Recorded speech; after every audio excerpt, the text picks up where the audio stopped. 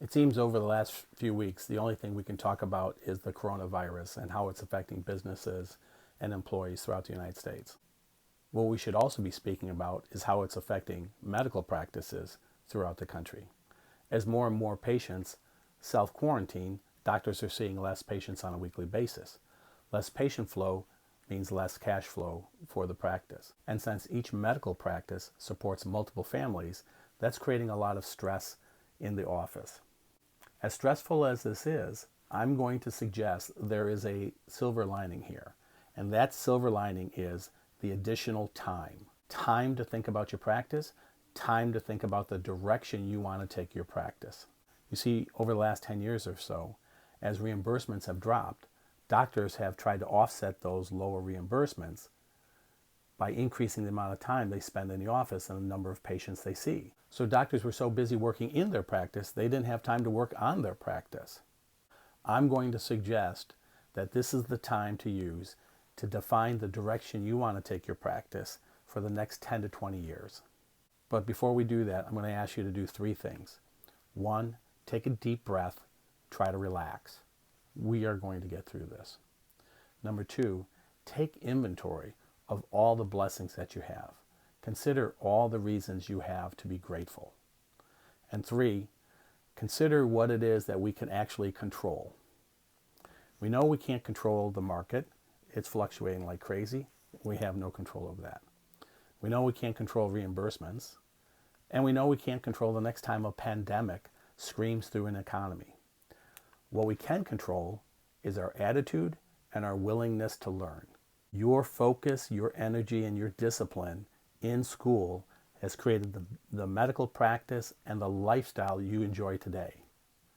Now, we want to take that same energy and focus and apply it to defining and creating the business that's going to come out of this downturn and thrive for the next 10 or 20 years.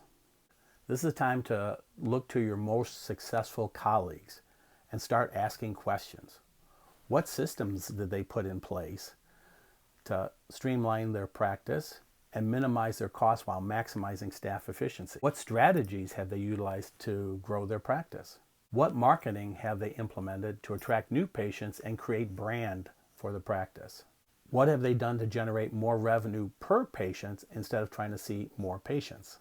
What new product or offering are they providing their patients that their patients are excited about that is generating new revenue? What new cash-based services are they starting to offer that is generating significant revenue and which typically can be delegated to staff members so it doesn't take away from doctor-patient time? These are things you want to start to learn. You see, now is the time to actually design the practice that you're going to be excited about coming to for the next 10 to 20 years. Now is the time to start designing the offerings you want to provide your patients, the offerings that your patients will readily pay for and generate the revenue you're looking for. Now is the time to design the practice that will allow you to decrease your time invested on a daily basis while generating significantly more revenue going forward. Over the next few weeks, I'll be putting together a series of videos. 1, we'll talk about return on investment and how to actually understand return on investment in case you're investing in technology.